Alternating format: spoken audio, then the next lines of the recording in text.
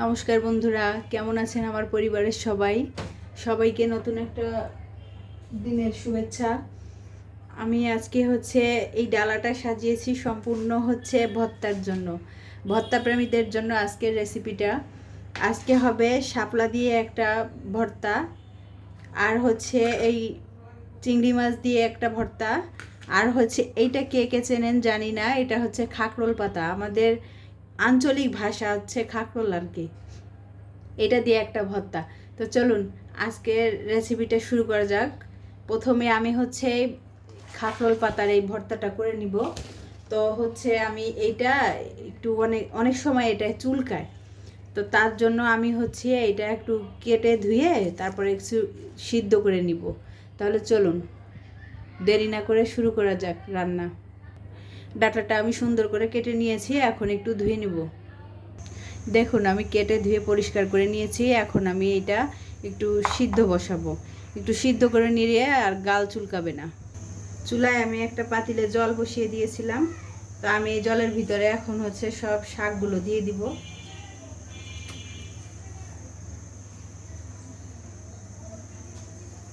শাকগুলো দিয়ে ভিতরে একটু লবণ দিয়ে দিব। লবণ দিয়ে এখন আমি একটু সিদ্ধ হওয়ার জন্য 2-3 মিনিট জাল করে নিব। সিদ্ধ বসিয়ে দিয়েছি, অনেকটা সিদ্ধ হয়ে গিয়েছে প্রায়, আর একটু সিদ্ধ করে নিব। অনেকে ভাববে যে এটা কী ধরনের খাবার। আমার অনেক বন্ধুরা আছে, তারা হয়তো এর সঙ্গে কখনো পরিচিতই না, মানে কখনো তারা এটা দেখেও নি। কিন্তু যারা গ্রামের দিকে থাকে তারা এই খাবারটা খুব পছন্দ করে। আপনারাও যদি একদিন বাসায় তৈরি করে খান, এটার প্রেমে পড়ে যাবেন। মাঝে মধ্যেই দেখবেন এটা খুঁজে এনে তারপর রান্না করতে ইচ্ছে করবে। আমার শাকটা সিদ্ধ হতে হতে আমি এই পাশ দিয়ে এই শাপলাটা সুন্দর করে বেছে নিব। ওই পাশে চুলায় আমার শাকটা সিদ্ধ হচ্ছে, আর আমি দেখুন আমার এই শাপলাটা বাছতে কোনো ছুরি কাঁচি বটি কোনো কিছুই লাগবে না। আমি এমনিতেই অনায়াসে এটাকে ছুলে নিতে পারবো। দেখুন এইভাবে টান দিলে আপনার এমনিতেই পরিষ্কার হয়ে আসবে। দেখুন কত সুন্দর করে আমি ছুলে নিলাম। আর এটা বাছার একটা টেকনিক এই মাথায় এই দুই পাশে একটু ছিদ্র করে এইখানে এক পাশ দিয়ে টান দিবেন, এইখানে এক পাশ দিয়ে টান দিবেন, আর এইভাবে টান দিলে দেখবেন পুরোটাই ছুলে চলে আসবে। আপনার আর কষ্ট করে বটি বা আপনার ছুরি কোনো কিছুই সাহায্য লাগবে না, আপনি হাত দিয়েই এটা কেটে নিতে পারবেন। তো আমি এইভাবে সব শাপলাগুলো বেছে নিব। মেয়েদের একটা কাজ নিয়ে বসে থাকলে হয় না, এর জন্য মেয়েদের অনেক তাড়াতাড়ি কাজ করতে হয়। এইটাই মানে মেয়েদের বৈশিষ্ট্য। দেখুন এটার জন্য আমি যে এটা বেছে নিছি, আমার দাও বটি কাঁচি ছুরি কিছুই লাগে না, এটা কাটতেও আমার কিছু লাগবে না, আমার হাত দিয়ে এটা কাটা হয়ে যাবে। দেখুন এইভাবে একটু চাপ দিলেই আপনারটা কাটা হয়ে যাবে, আপনার আর অন্য কোনো কিছু লাগবে না।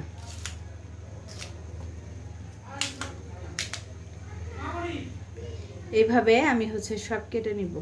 অনেকে শাপলা খাইতে পছন্দ করেন না, আর বাঁচতেও পছন্দ করেন না, কিন্তু শাপলা আপনার অনেক প্রচুর পরিমাণে আয়রন থাকে। দেখবেন শাপলা কাটার সময় আপনার হাতও কালো হয়ে যাবে। এই দেখুন হাত কালো হয়ে গেছে।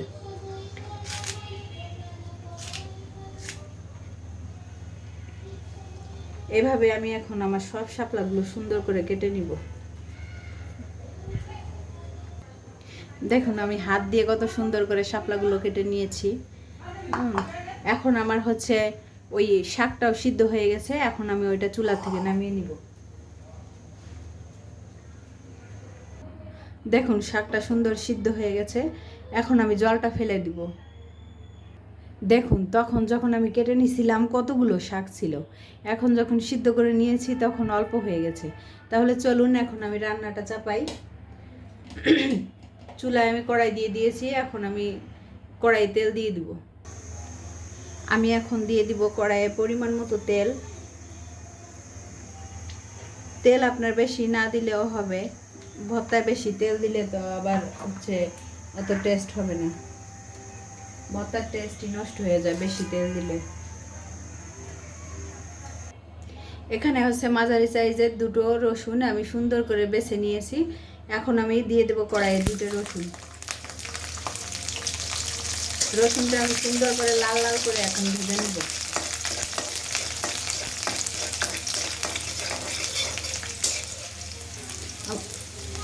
আমার রসুনটা অনেকটা ভাজা হয়ে আসছে। এখন আমি দিয়ে দিব অনেকটা হচ্ছে কালো জিরে। কালো জিরাটা একটু ভাজা ভাজা করে নিব। এর ভিতরে দিয়ে দিব বেশি না, ছোট একটা সাইজের হচ্ছে পেঁয়াজ।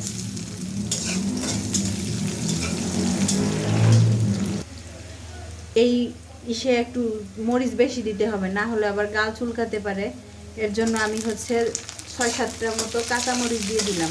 এগুলো এখন সুন্দর করে আমি এখন ভেজে নিব। আমার সব মশলাগুলো সুন্দর করে ভাজা ভাজা হয়ে গেছে। এখন আমি সিদ্ধ করে যে রেখেছিলাম আগে খাকরোলের পাতা ডাটা, ওইটা আমি দিয়ে দিব। ওইটা এখন আমি সব কিছুর সঙ্গে সুন্দর করে হচ্ছে আপনার ভেজে নিব। এটা একটু বেশি সময় ধরে ভাজতে হবে, কারণ হচ্ছে জল থাকলে পরে আপনার হচ্ছে খাইতে টেস্ট হবে না। এর জন্য আমি একটু সময় নিয়ে হচ্ছে ভেজে নিব। এখন আমি হচ্ছে এর ভিতরে লবণ হলুদ দিয়ে দিব। 1/2 চামচ মতো হলুদ। আর আমি আগে যেহেতু সিদ্ধ করার সময় লবণ দিয়েছিলাম, তাই 1/2 চামচ লবণ দিলেই হবে, না হলে আবার বেশি লবণ হয়ে যাবে। এখন দিয়ে সুন্দর করে এখন সব কিছুর সঙ্গে মিশিয়ে নিব। আমার ভাজিটা হয়ে গেছে। দেখুন আমি কিন্তু মানে তখন সিদ্ধ করে নিলেও শাকটা কিন্তু আমার একদম সবুজই আছে। এটার কিন্তু কোনো কালার পরিবর্তন হয় নাই, দেখছেন? মানে আপনারা হয়তো ওইভাবে বুঝতে পারবেন না, কিন্তু অরিজিনালি সবুজই আছে। এখন আমি শিলপাটা সুন্দর করে বেটে নিব।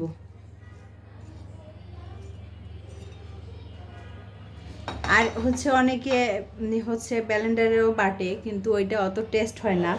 শিলপাটা বাটলে যে একটা টেস্ট হবে ওই রকম আর হবে না। আমি সব সুন্দর করে এখন বেটে নিব।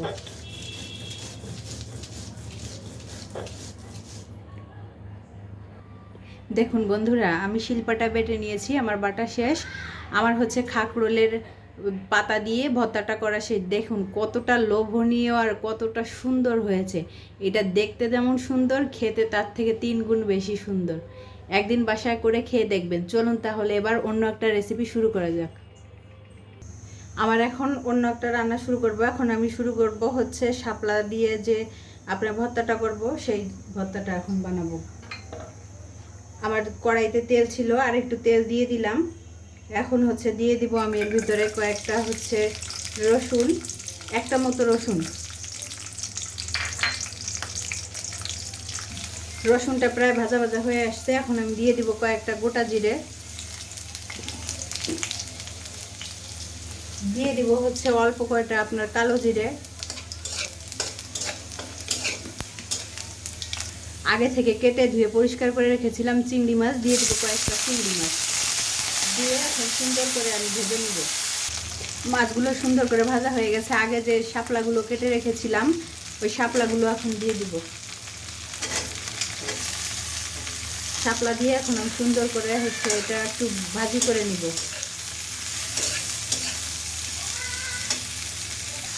দেখেছেন শাপলার কালারটা কত সুন্দর আসছে, একদম সবুজ সবুজ হয়ে আছে।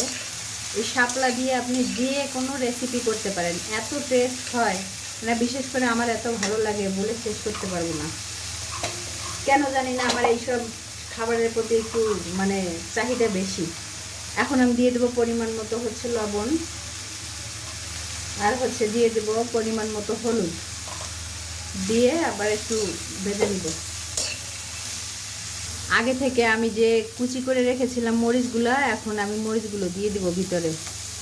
এখানে 3টে মরিচ ছিল, আমি 3টে মরিচই দিয়ে দিলাম। একটু ঝাল ঝাল না হলে ভর্তা আবার অত বেশি টেস্ট হয় না। আর যখন হচ্ছে আপনার এই রসুন আর হচ্ছে চিংড়ি মাছটা মুখে পড়বে, তখন যে এত মানে ভালো একটা টেস্ট আসবে বলে বোঝানো যাবে না কাউকে। এই শাপলার ভর্তাটা খুব তাড়াতাড়ি এবং হচ্ছে খুব অল্প সময়ের ভিতরে হয়ে যায়, কারণ শাপলাটা একটু নরম নরম থাকে তো, তার জন্য। আমার শাপলা ভাজা হয়ে গেছে। এখন হচ্ছে আমি নামিয়ে রাখবো। তো এখন অনেক গরম, তো এটা হচ্ছে শিলপাটা আর বাটতে হবে না।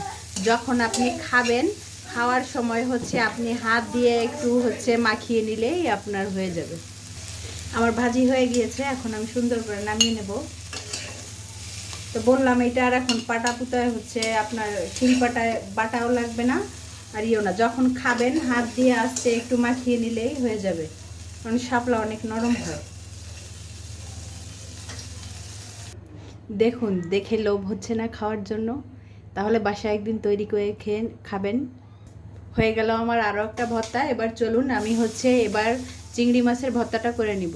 এবার আমি চিংড়ি মাছের ভর্তাটা করার জন্য চুলায় তেল দিয়ে দিব। চুলায় না, সরি, কড়াইয়ে তেল দিয়ে দিব, ভুল হয়ে গেল। এখন হচ্ছে দিয়ে দিব গোটা জিরে ফোড়নের জন্য, দিয়ে দিব কালো জিরে,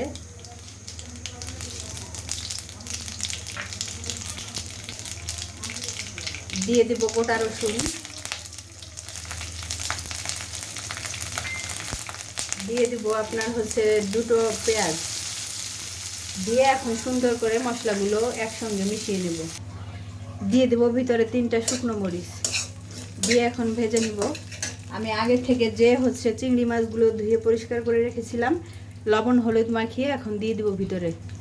এখন আমি সুন্দর করে লবণ হলুদ মাখিয়ে ওই তেলের ভিতরে চিংড়ি মাছগুলো দিয়ে দিব। চিংড়ি মাছগুলো দিয়ে এখন লাল লাল করে ভেজে নিব। আমার আর হচ্ছে লবণ হলুদ দেয়া লাগবে না, আমি যেহেতু চিংড়ি মাছের সঙ্গে লবণ হলুদটা মিশিয়ে নিয়েছি, এখন আর আমার এক্সট্রা কোনো লবণ হলুদ দেওয়া লাগবে না। এখন আমি মাছগুলো সুন্দর করে ভেজে নিব। চিংড়ি মাছগুলো দেখুন সুন্দর করে আমার বাটা হয়ে গেছে, ভাজা হয়ে গেছে। এখন আমি বাটার জন্য তুলে নিব। চলুন তাহলে এখন বেটে নেই। এখন আমি সুন্দর করে সব চিংড়ি মাছগুলো আর মশলাগুলো বেটে নিব। চিংড়ি মাছের ভর্তাটা হবে লাল লাল ঝাল ঝাল। ঝাল ঝাল না হলে হচ্ছে চিংড়ি মাছটা মজাই হয় না। চিংড়ি মাছের ভর্তা কি, আমার যে কোনো ভর্তা এত পছন্দ, আমার বাসার সবাই পছন্দ করে। এই চিংড়ি মাছটা বা অন্য অন্য ভর্তা কার কার পছন্দ কমেন্টের মাধ্যমে জানাইতে ভুলবেন না কিন্তু। এভাবে আমি সুন্দর করে সব মাছগুলো বেটে নিব। আমার ভর্তাটা বাটা হয়ে গিয়েছে। এখন আমি হচ্ছে কিছু কাঁচা পেঁয়াজ আর হচ্ছে কাঁচা মরিচ এটা দিয়ে সরিষার তেল দিয়ে সুন্দর করে মাখিয়ে নিব। সুন্দর করে এখন মাখিয়ে নিব। আমি কেউ কিছু মনে করবেন না, আমি শিলপাটাই সুন্দর করে মাখাই নিচ্ছি, মানে এইখানে মাখাইতেই হচ্ছে সুবিধা হবে অনেক বেশি। আর যে কোনো ভর্তা মানেই হচ্ছে আমার অন্য একটা আবেগ, অন্য একটা ভালোবাসা কাজ করে। মানে ভর্তা মানেই হচ্ছে আমার কাছে একটা শান্তির খাবার। সেদিন হচ্ছে আমার কাছে যদি কেউ ভর্তা আর হচ্ছে মাছ মাংস বিরিয়ানি পোলাও দেয়, তো আমি বলবো আমি ভর্তাটাই বেশি পছন্দ করি এবং ভর্তাটাই আমি খাবো। তা হয়ে গেল আমার ভর্তার আজকের রান্না। তো ভালো থাকবেন সবাই, আর নতুন নতুন রেসিপি পাওয়ার জন্য আমাদের চ্যানেলটা সাবস্ক্রাইব করে রাখবেন, রিপাস ফ্যামিলি। তো সবাইকে দেখুন কতটা লোভনীয় হয়েছে। তো আজকের মধ্যে আমার সব দেখুন কত অল্প সময়ের ভিতরে আমি তিনটা হচ্ছে সুন্দর ভর্তার রেসিপি বানিয়ে নিলাম। ভর্তার উপরে একটু কাঁচা সরিষার তেল না দিলে আসলে সেই শান্তির টেস্টটা আসে না। তো উপর দিয়ে আমি একটু কাঁচা সরিষার তেল দিয়ে দিলাম। দেখুন কত সুন্দর হয়েছে। তো ভিডিওটা আর বড় করব না, এমনিতেই অনেক বড় হয়ে গেছে। তো সবাই ভালো থাকবেন, আর যদি ভালো লাগে আমার চ্যানেলটি সাবস্ক্রাইব করে রাখবেন, লাইক কমেন্ট শেয়ার করতে ভুলবেন না।